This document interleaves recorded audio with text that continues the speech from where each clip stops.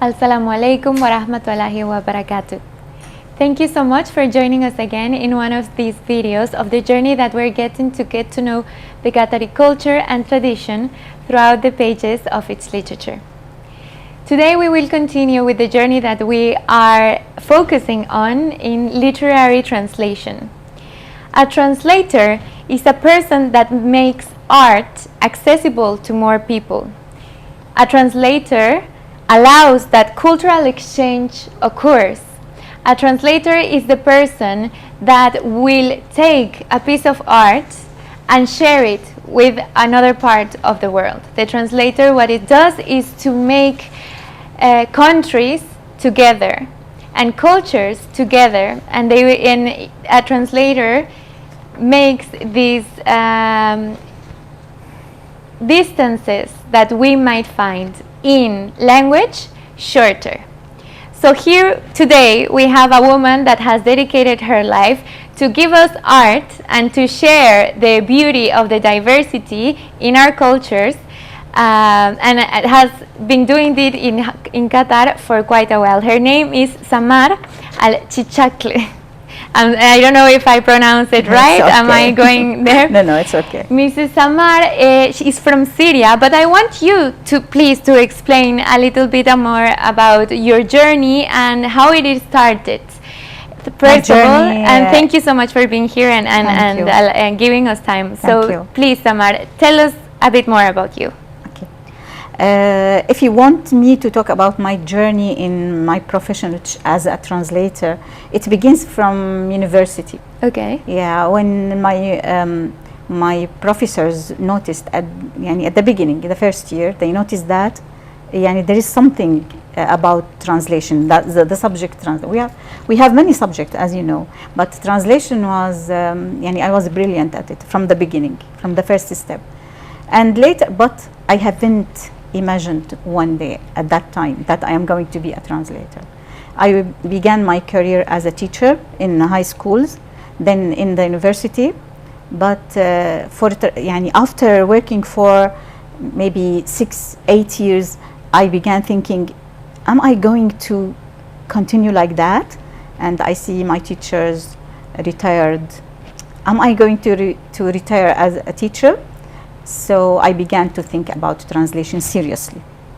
The first experience was in Syria, in the Ministry of Culture of Syria. It was with a book which is Globalization or Development and Globalization. This was my first book, and it was sponsored by the Minister of Culture at that time. But it was published in Al-Kuwait, in عالم المعرفة Al-Kuwait. Okay. This was after I saw people celebrated this book and how translation is so important, and reading is something and translating is something else.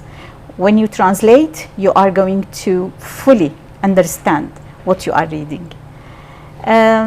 So I began to have a belief that it is a message and I have to continue for this job as a career. Okay. Yeah, so I, beside being a senior lecturer in University of Damascus, I also have my freelancing translating books. After a while, something happened in Syria, and I came here, and I began a serious job with the Ministry of Culture in Qatar. Here in Qatar, yes. I began, or I continued what I had began in Syria. I think that there is no, it is a message wherever I am. Of course, imagine. Yeah. They say when something is written for you, wherever you go, it will follow you. Yeah, and also it is, that let it be not a message, let it be mission maybe, or it is a task for a human being that I began it. I believe in it at that time, and I still believe in it, because translation is going to be, or it is very, very important. It is. Yes. And as you say before, that it makes cultures closer to each other. Yeah. They say, I I remember a quote for a very famous writer. I haven't remember his name now. He says that words travels worlds, and a translator is the driver. Yes, so I love it. Yeah. And speaking about driver and speaking about traveling, Miss Amar, I know you have traveled a lot. You have traveled a lot the world. So you've been to Pakistan, you've been to Britain, you've been to Holland, you've been to France, Morocco, Egypt, Syria, Oman, Abu Dhabi, Saudi. Now you're here in Qatar. So that means you're a woman that have seen so much and have seen so much culture. And Miss Amar, what have these travels and how these travels have affected your work? Do you think that they have affected what you do and your vision? How they have affected your work? Yes. The first step to affect my attitude in life or my mentality in general is studying English. Specifically having another language, which is, what is language? It's not only language, it is a whole culture. Yes. So when you study another language, it's as if you are going through another mentality. So it begins with language, and then traveling also. Traveling opens your mind. Yes. And gives you lots of information and makes you more flexible with people and with accepting others also. And also it shows me that life is so wide, and you can get a big experience by being open to these varieties in life. So yeah, traveling affects me a lot. And it's very, I would like to keep this phrase that you said, learning a language is not only learning the language, it's learning the culture. Okay. Yes. So what we try to do with these videos, Ms. Amar, is to promote people to get more curious about not only culture but also languages, to travel, to get to know more about Qatar, let's say, to go to about Syria. And I am sure that the women that are looking us right now, they are very inspired of you and your travels, and I hope that these women will get more and more inspired to continue their work, not only in literature, but as you said, in getting to know more about the culture. Yeah, of course, as I tell you that since I was at school teaching high school students, they always say that English teachers are different. How different, they don't know. But you know that their attitude in life is going to be different, because they know more than what is traditional in life, in their life. Ms. Amar, can you tell us about your work? What have you translated? Where, or a little bit about that journey of what have you translated?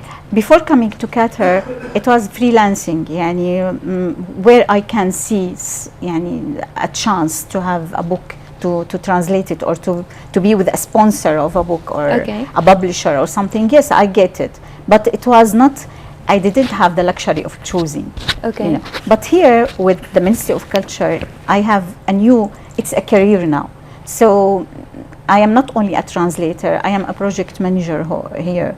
So when we have, for example, let's say the Indian Qatari Cultural Year, for example, this is a project. I have to choose a book, or not only a book. I have to look in the media or in the net. I have to read a lot about books and about writers, Indian writers, just to choose what is suitable to be in this project. Yeah. So after finding the suitable book, I have to go through it and to make a report, and so now it is a career, and it is more directed. It has what we call it arranged steps. More than when you be a freelancer. It begins from the first step, choosing the book and trying to buy the rights, translation rights, and after that to translate it, to revise it, to have a collaboration with the the one who is going to edit your work, and then with the also the publisher. Yeah. We have to some kind of artistic work with them also. Definitely, it's not an easy job. You know that we spoke about that in our first episode of this new series, that when a person goes to a bookshop, let's say, and gets the book, we just get the book and we see the book, but we don't realize the amount of people that is behind that work, and all the journey of that book, from being written by the author to get there to the shop, you know, where you can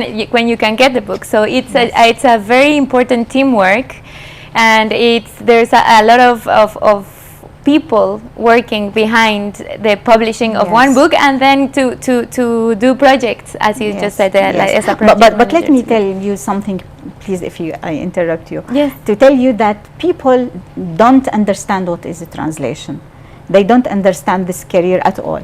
Even me, if I were not a translator, I would not understand what is a translation. Yes. It is what we call, it's agony. Translating is agony, really. And if you want to be, you have to be curious. You have to master your both languages. Yes. And you have to be skilled in what terminology, and also idioms, in the culture itself. So it is agony, really. And you have to be trustful, you have to be reliable, you have to try to give your work at the exact time when the client wants it. So lots of details which they don't know. People don't understand. I would like to tell you how people see translator. A translator. They think that a translator is that one you see in the television, just sitting and whispering to people and changing the language from to another language. Translation is a job anyone can do, which is not right at all. It's not true. No. If you speak more than one languages, you are going to be a good translator. No. Of course it's not. We no longer need translators. Some people say now we no longer need translators. That's not why? true. Because we have Google Translate or other apps. A translator translates from and to his native language, thus he is native in both languages, which is not right. I have my own native language, but what about English? It's not my native language. So it's better to translate from English into Arabic than to translate from Arabic into English. Because Arabic is my native language. I can change the language easily, more than to change Arabic into English. An Englishman is better to take the Arabic language and translate it into English. True. Yeah, and also that the translator can translate any text. Of course, this is not right. Not true. If you are not specialized, for example, legal translation, medical translation, and also you have any other sciences like, for example, humanities, like philosophy, like math. So you have to be specialized, not only to know the language, and also to specialize in one or many, but you have to specialize. It's true. It's true, and I loved this list. And if you allow me, we will also publish this list of in our social media, not only in Qatari authors, but I will facts about translators and things that people think about translation that are not true. And you are completely right. And I have also seen it personally, how everything you said, it is completely true. Now, I know you had something for us regarding the skills of a translator. You prepared something. What are the 3 most important translating skills that you consider? At the beginning, you know that he should be advanced in the 2 languages. Yes. The native language and the target language, and also excellent in writing skills. Of course, if you translate and you give only the meaning, but the method and the style is poor, it's going to affect it badly, affect the text badly. And in-depth cultural knowledge. A translator should have in-depth cultural knowledge of the target language at least يعني. And sound research skill, sound tough research skill. He should know how to use apps for tools for translation and also to search the net. Sometimes I can translate, for example, the whole text. يعني lately I'm translating now something about astrology and astronomy. Okay. Yeah, about women in this field, American women in this field. The text is clear to me, but sometimes I have an expression which is so vague, so I have to go to the classics, which are يعني, maybe available in the net, and to see what is the meaning, for example, of this cluster of maybe stars, cluster of stars. What does that mean? Okay, yes. يعني we have some definite meanings for some idioms or some expressions which are specific. So it's not enough to have dictionary, but you have to يعني you should have good research skill just to present it in a what we perfect way for the reader. Yes. Yeah, and also computing skills also. Yani he should master computer and how to use it. And also, I think that a translator should have a self-pride. Yani a sound belief in translation as a task in life, as a message in life, and also to have self-confidence in himself and what he is doing. People around him think that he is, yani it's easy. Translation is easy. Anyone can know English. No. He can change it to the other language, but it is not like that. So he should believe in himself that when a translator respect himself, he is going to present for people or introduce something respectful. And also the last thing I would like to say that marketing, if you want to be a translator and you go through what we call it the market, and you have a good job, what we call affordable job. Okay. So you should know how to market for yourself, and you should know how to choose the area of science which you want to get through translating, and not to translate haphazardly like that. Any book, for example, if you want to be literary translator, so you have to specialize in that. Okay. Or other language, other fields of knowledge. That's all for the skills. I think that they are important for a translator to master. No, I really like it, and thank you so much, because I think that also young translators that are watching us right now, they are also getting to learn a lot about you, because this is not something that you learn in school. This is not normally something that a teacher will do. Exactly, this is experience. So thank you so much for sharing with us.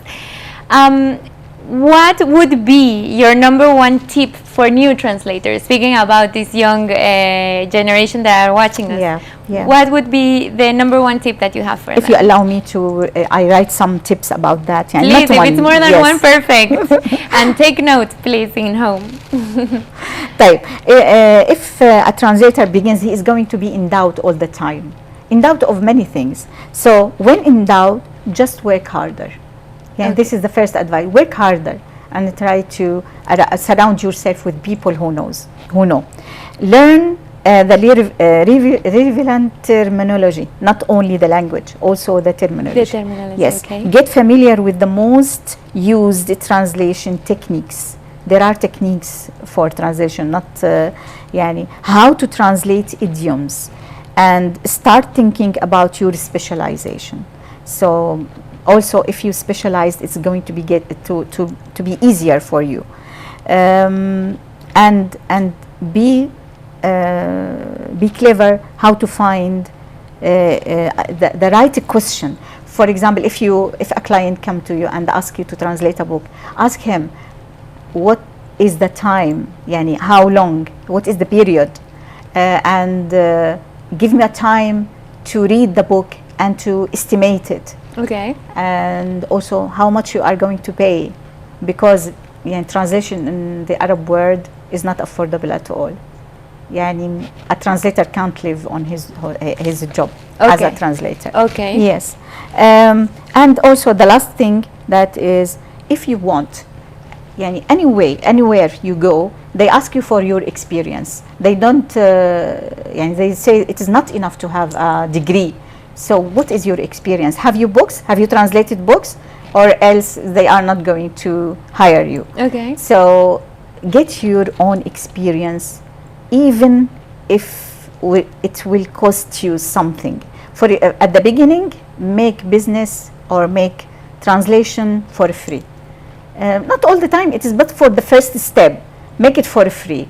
Freelancing, مثلا, and also help your friends, translate some videos. It would give you the experience. The curriculum, yes, of course. Yes, because all the time they ask for experience. And learn how to write a good CV. This is for the beginners. Wow, Samar. Samar, we have to do, please, another interview because I am learning so much from you. Now we only have 3 minutes left. Yes. So I want you to feel free to talk about whatever, anything, any experience that you want to tell us about. I personally want to ask you, I admired you from what you just said, that since the beginning you noticed that you were very good at something, and that's how you moved your passion through that, and that I admire so much from you, because sometimes we don't know what to do or how we go, and me as a woman at the beginning I didn't know what field I should follow, So please, Samar, something that you would like to tell us woman or yourself for these last 3 minutes, and inshallah you accept to have another interview with me to continue talking about you and your job and your job. With a pleasure. Yeah, but I think that at the end what you ask me about is mainly to summarize. You have to be curious. You have to believe in yourself. You have to find what is your passion. And also you work hard. You have to work hard. Life is not easy. And to be brilliant is not easy. So luck will not do anything to any one of us, but hard work. Wow. I have to say it has to be one of the interviews that I have enjoyed the most. Thank you so much, Samar, for being here, and thank you so much for the people that are listening to us. And I hope you get more curious about her and about the work of translation. I have the last word. Please. The reality of translation in the Arab world is awful. You know why? Because we don't have system. We don't have institutions for translation. I hope that, that Ministry of Culture here, Ministry of Culture here, some publisher here, some publisher there, it would not make translation and it would not make development. I hope that if the responsible people will hear me, and we have to begin something institutional, something big, to have a team, to have serious studies, to have serious projects for the future. That will make a very big step for development. Well, thank you so much. As you say, uniting makes a difference. So thank you so much, Ms. Samar. Thank you so much for the people here. See you soon. Shukran jazilan. Shukran.